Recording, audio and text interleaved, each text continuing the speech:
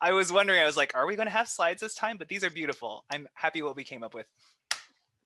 Hey guys, my name's Jay Wilson. Welcome to the program. I'm super excited to have Brett Gibson, Director of Strategy and Value Consulting with us here today to talk to us about how to plan for value. Cool. So Brett, who are you and what do you do? I help Domo with our planning and strategy using data effectively to improve our efficiency, improve our sales, do what we do better.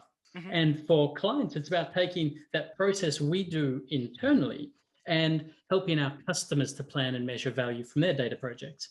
Okay.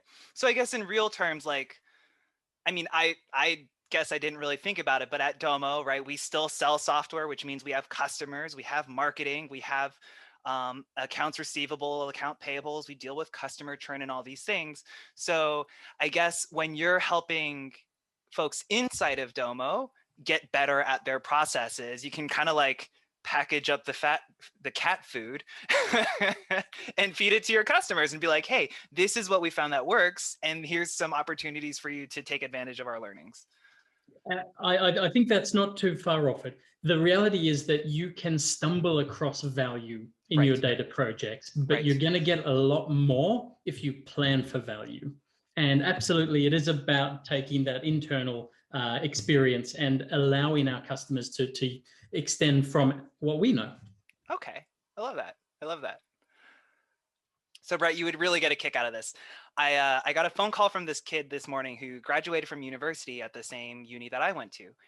And he calls me up and he's like, Jay, I'm super excited. I just got hired by this company to do some consulting work for them out in the Congo. I'm like, oh man, dude, tell me all about it. He's like, yeah, I started this BI consultancy, and the company, I did a small project with them, and now they want me to help build a data warehouse. I'm like, that's super cool. And he's like, Jay, you have all of this experience. Should I use Power BI, Click, or Tableau? And I'm just like, I think you're asking the wrong question here. Totally. Instead of focusing on the tech stack you're going to build, maybe let's talk about the value that you're going to deliver.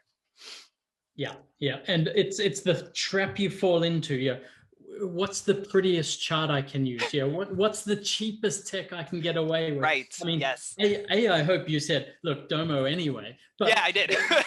it's too easy to jump to what's the visual, not what's the value. And Right. I think the next step beyond that is once you've sorted out which tech stack you're going to use, it's how many metrics can I throw on this dashboard? And again, it doesn't get you to value, it's just more bling. And unfortunately for BI consultants, we love being able to get to that answer. Hmm. For the people using it, it's I need to actually make some decisions to drive value. That's why we're doing this. So how do you do it? How, like, it, and actually the kid I was talking to, he says, Jay, if you could recommend one resource, what should I read?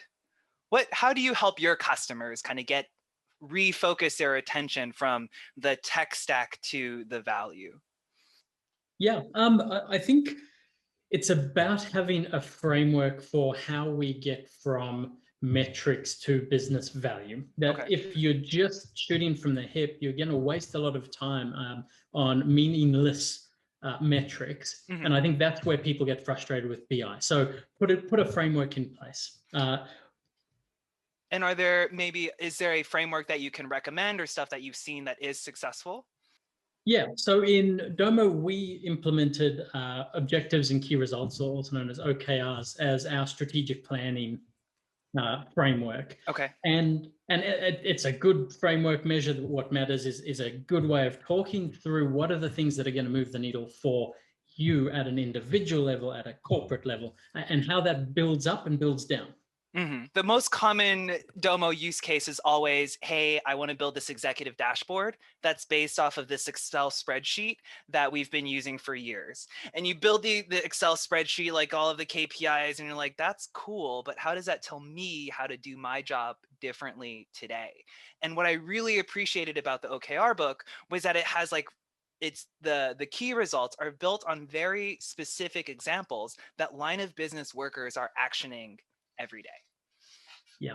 And I think that's the summary, which is that your objectives are always, I guess, flowing up, that you've got some corporate level objectives, but there's also objectives at the business unit level, at a team level, at an individual level, but how you achieve those has to be quite specific. Mm-hmm. That there are certain actions, whether you're starting or you're stopping or you're improving, Mm-hmm. that need to happen. Otherwise, you're kind of just wishing.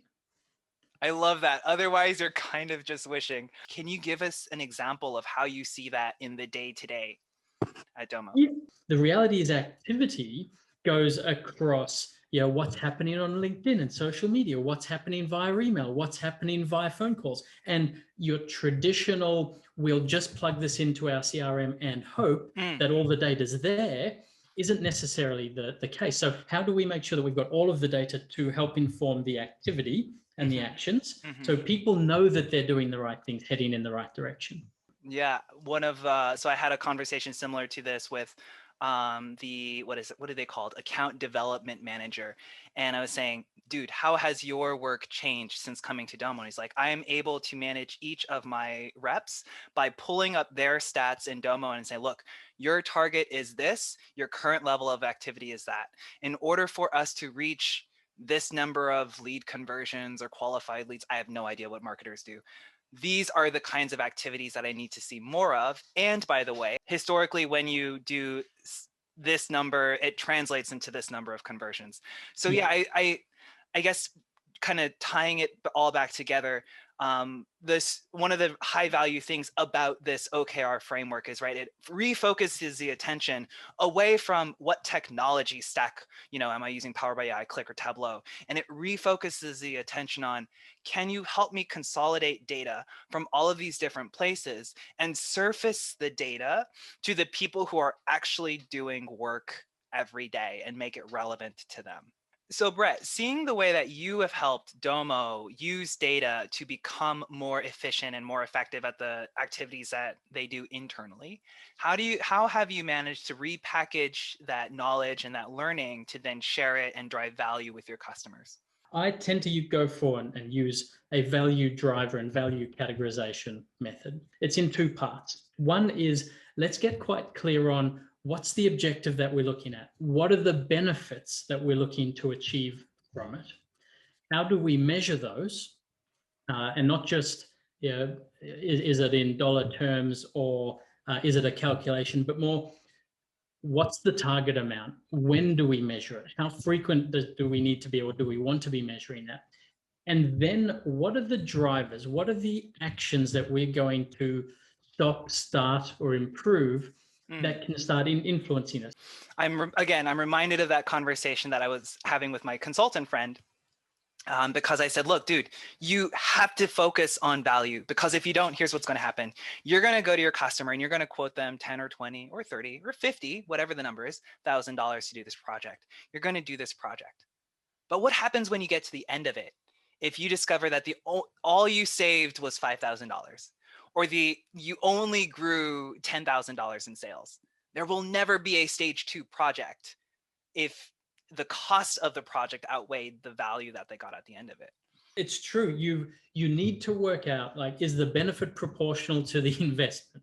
That's the phrase. Yes. But more than that there are a number of types of benefits that we could get. You know what? Like, maybe a $5,000 net benefit in monetary terms does seem low, because they're going to spend 10,000.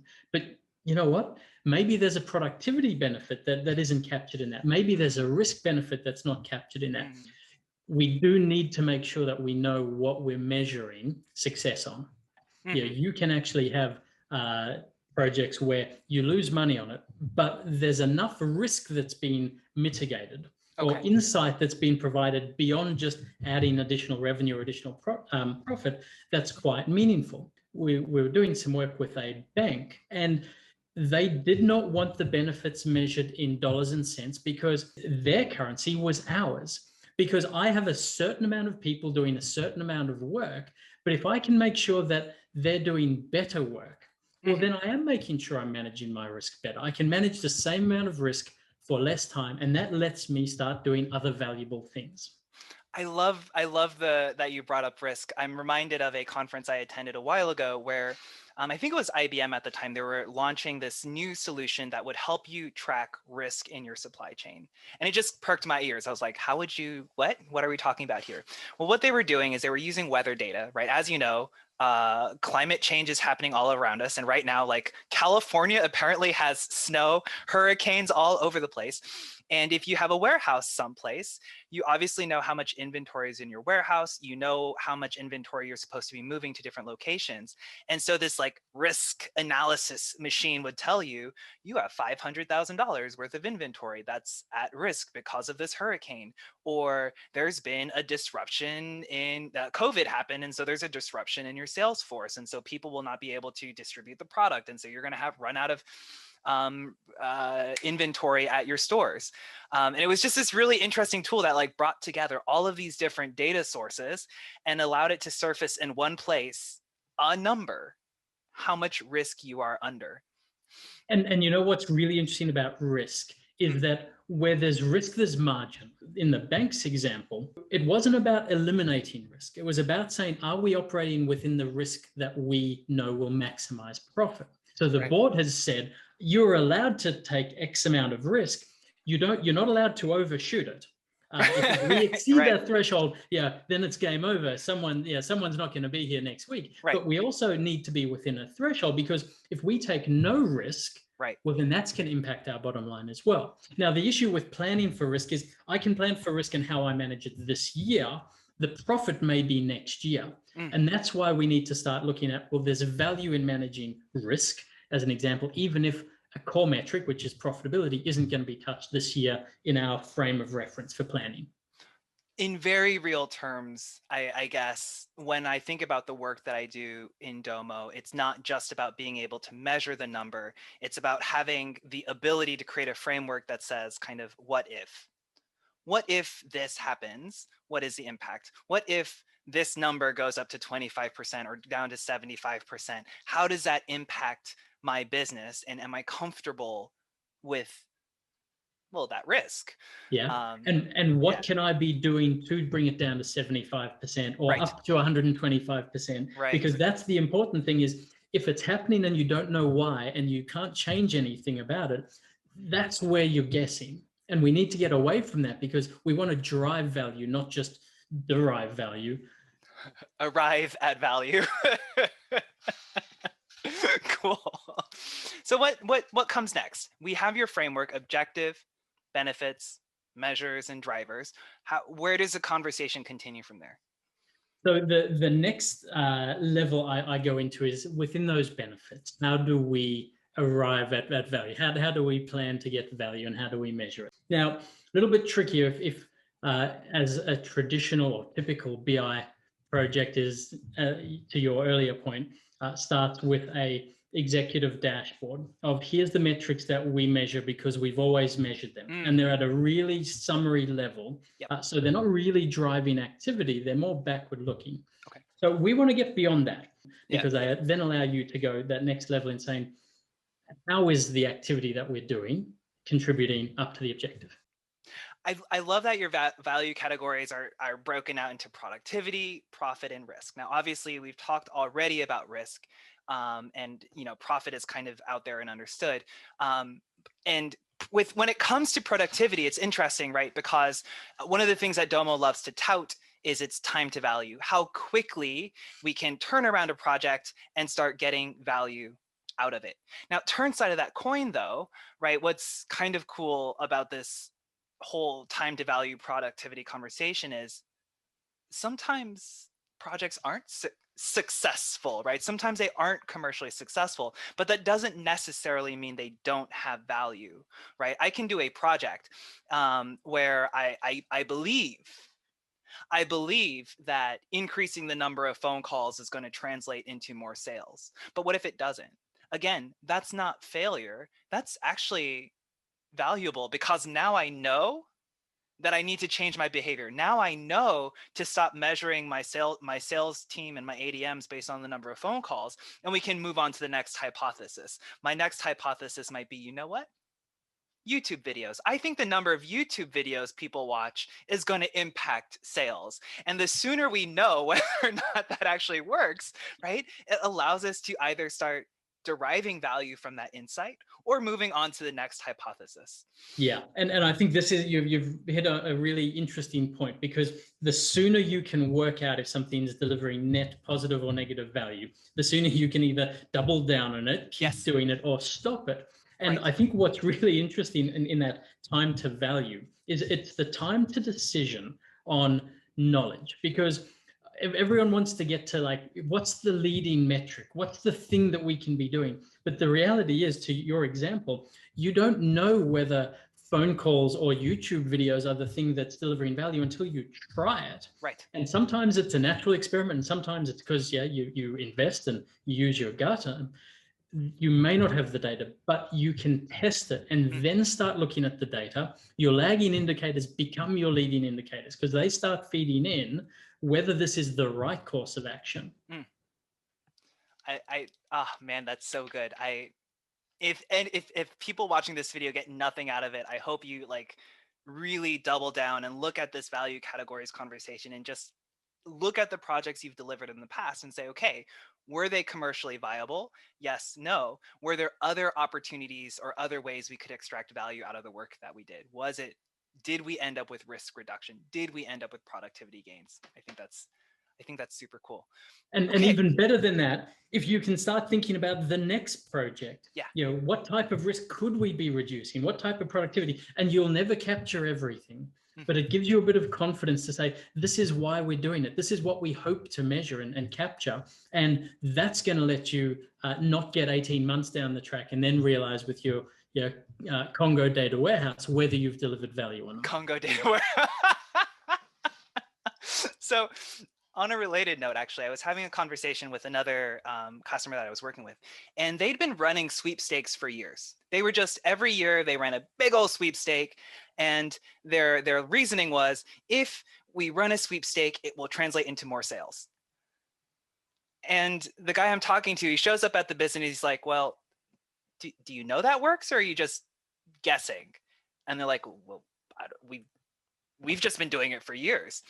And so he built an analytic project based off of, I want to say, like Salesforce data, and then conversion rates on their website and stuff like this, where he was able to conclusively say, yes, there is an uptick when we run a sweepstake, and it is this much engagement, and it turns into this much sales. And I just love that, even though we just know that it works, having validation, right? A number in front of you, just like, how do you not know? And why do we keep coming back to this question of, is it worth doing it? And we have it every year. And some people know, but no one's proven it. Man, the amount of time we could save not dwelling on things we already know. Let's just test it. And you know what? We may then work out how to do it even better. Right. Or just say, you know what? $200 in sweepstakes, or sorry, $200,000, that's too much to be giving away. We get the same amount of result. We get the same efficacy if we just cut back to 100,000, because there's diminishing return. I love it. Man, I love it. A scenario that's been coming up quite a bit recently at Domo is counterfeit identification and prevention. And this is happening across industries. So in pharmaceuticals, in fashion, in electronics goods, and that counterfeiting happens in different ways. Right. But the net impact is, look, at some point, there is going to be a profit impact if we don't deal with this. Right.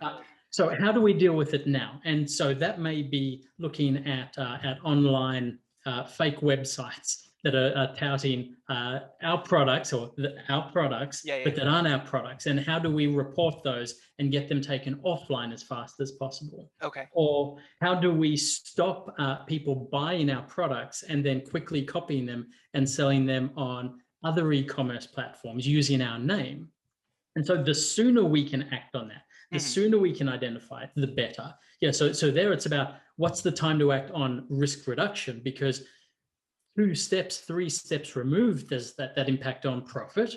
But right now we're just reducing the risk to our business. This is like a level of thinking about it that I haven't done before. What would be the artifact? Like, it's one thing to just know, yeah, there's Adidas knockoffs or whatever the brand is, right? It's one thing to just know that people are knocking off your product, but how would you even try to start identifying or classifying, to use a data science term, that this activity is fraudulent? What's the artifact that and like, do customers come to you and saying, this is what we know is happening, help us measure it? Or like, the circumstance I'm thinking through, it's going, you know what, previously we had counterfeiters who would come into the store and buy clothes and then take them back, copy them, and more often than not they'd then return them to the store. So it wasn't even costing them anything in the first place. You didn't even make that first sale. right. With lockdown, as once we start closing down the stores, there's now this natural experiment that says we kind of have an idea where the knockoffs were coming from. We've now also got a trace of who's buying everything, returning everything en masse within a period where these clothes start appearing on different websites. Right. And so that's now allowed us to act. But you know what? That had to happen outside of that core BI team because it just wasn't a big enough problem, or it wasn't a traditional problem that BI thought they had the data for.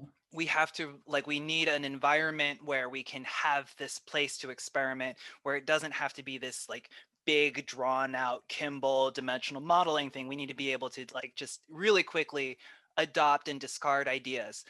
I had this idea within 15 days that it showed up here. Okay, who made a return in 15 days? Or I think it might be these 7 locations. Okay, how do I?